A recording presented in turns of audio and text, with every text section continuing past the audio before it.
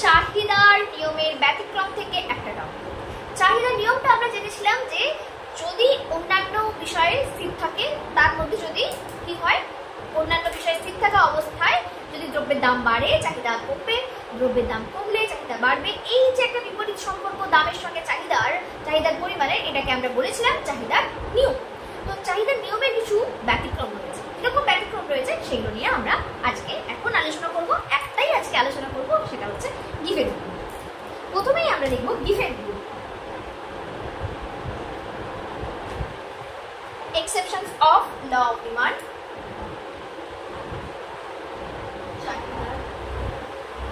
নিয়মের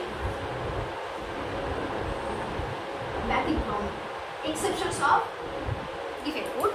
এখানে প্রথম আলোচনা করব সেটা হচ্ছে গিভেন রুল বা গিভেন রুল, GIFF, হ্যাঁ, GIFFEN, given goods, given goods.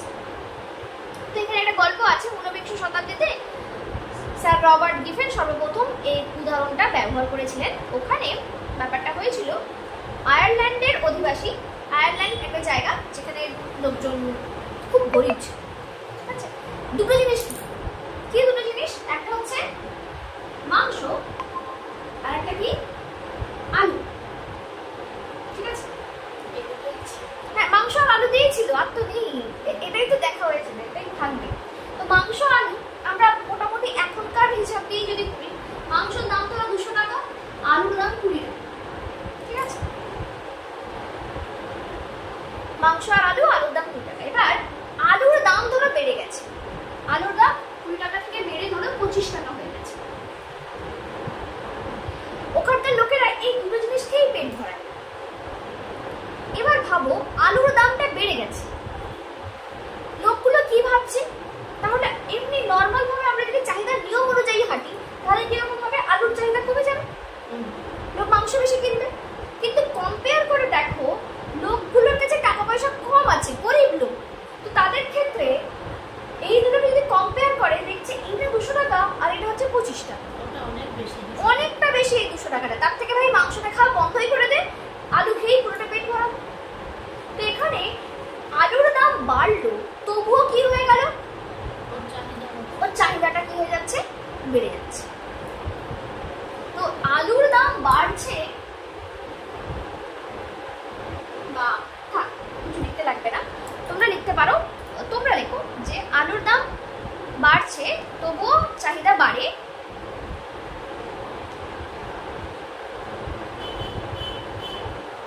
একে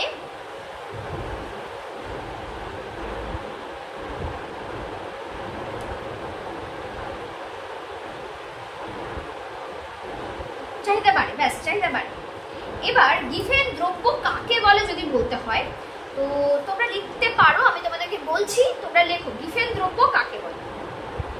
যারা ইউটিউব থেকে ক্লাস করবে তাদেরকে বলছি, তারা পজ করে করে ক্লাস করবে, আর যারা এখন ক্লাস করছো তাদেরকে আমি আবারও বলবো, শর্করা জাতীয় প্রধান খাদ্য হাইফেন দিয়ে মোটা চাল, গম, আলু ইত্যাদির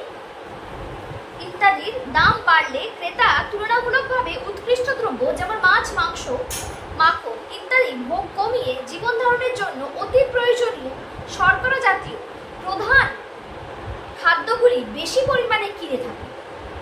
অপরপক্ষে এই সমস্ত দ্রব্যগুলির দাম কমলে ক্রেতারা কম পরিমাণে কিনে থাকে। এই সমস্ত দ্রব্যকে গিভেন দ্রব্য বলে। সুতরাং গিভেন দ্রব্যের ক্ষেত্রে চাহিদার নিয়ম কাজ করে না। আশা করছি তোমরা লিখে নিয়েছো, আর এটা যে বোঝালাম সেটাও বুঝতে পেরেছো যে যেগুলো আমাদের নিত্য প্রয়োজনীয় বা বেঁচে থাকতে হবে, খেয়ে বেঁচে থাকতে হবে, এবং যদি আমরা গরিব হয়ে থাকি, সেক্ষেত্রে বেশি খুব গরিব হয়ে থাকি, তো সেক্ষেত্রে আমরা কি করব, যে জাঁকজমকপূর্ণ বা খুব বেশি দামি দ্রব্যটাকে, উৎকৃষ্ট দ্রব্যগুলোকে কেনা বন্ধ করে দিয়ে নিকৃষ্ট দ্রব্যটাকেই আমরা কি করব, কিনবো। আমরা তোমাদের আমি গিভেন দ্রব্যটা একটু আলাদা করে আলোচনা করেছিলাম, কি পড়াতে গিয়ে আয় প্রভাব আর পরিবর্তন প্রভাব পড়াতে গিয়ে। তো গিভেন দ্রব্যটা কি হচ্ছে, চাহিদার নিয়মের কিরকম ব্যতিক্রম আমরা দেখেছিলাম। গিভেন দ্রব্য তখন পড়িয়েছিলাম, তোমরা বলেছিলে, অনেকে বলেছিলে যে কেউ একজন বলেছিল যে বুঝতে পারছিলেন না। এবার বোঝার চেষ্টা করো, অর্পিতা বলেছিলেন। তো এবার দেখো গিভেন দ্রব্যটা ওই জিনিস যেটাতে চাহিদার নিয়মের ব্যতিক্রম হয়। তো আমরা দেখেছিলাম যে এটাতে কোন প্রভাবের জন্য, গিভেন দ্রব্যতে কোন প্রভাবের জন্য চাহিদার নিয়মের ব্যতিক্রম হয়? আয় প্রভাব না পরিবর্তন প্রভাব? কে বলবে? বলো বলো অর্পিতা। বলো। না, আয় প্রভাবের জন্য। আয় প্রভাবের জন্য, আয় প্রভাবের জন্য কি হয়? দাম কমছে, ক্রেতার প্রকৃত আয় বাড়ছে, প্রকৃত আয় বাড়ার জন্য লোকে কিনছে না, সেটা আমি আরেকবার পরে ডিসকাস করব। যাই হোক, তো এই ক্ষেত্রে কি হচ্ছে, দাম কমলে ক্রেতারা কি করবে? সেটাই বেশি করে কিনবে। আবার দাম বাড়লে, দাম কমলে সেটা কম করে কিনবে, আর দাম বাড়লে এটাকে বেশি করে কিনবে। মানে দাম বিপরীত, যেটা আমরা দেখেছিলাম চাহিদার নিয়মের উল্টোটা হচ্ছে, তাই এটা চাহিদার নিয়মের ব্যতিক্রম হচ্ছে। আশা করছি ব্যাপারটা বুঝতে পারলে, গিভেন দ্রব্য কি এবং গিভেন দ্রব্যের সঙ্গে চাহিদার নিয়মের যে ব্যতিক্রম আছে সেটাও বুঝতে পারলে। যদি না বুঝতে পারো অবশ্যই আমাকে বলবে।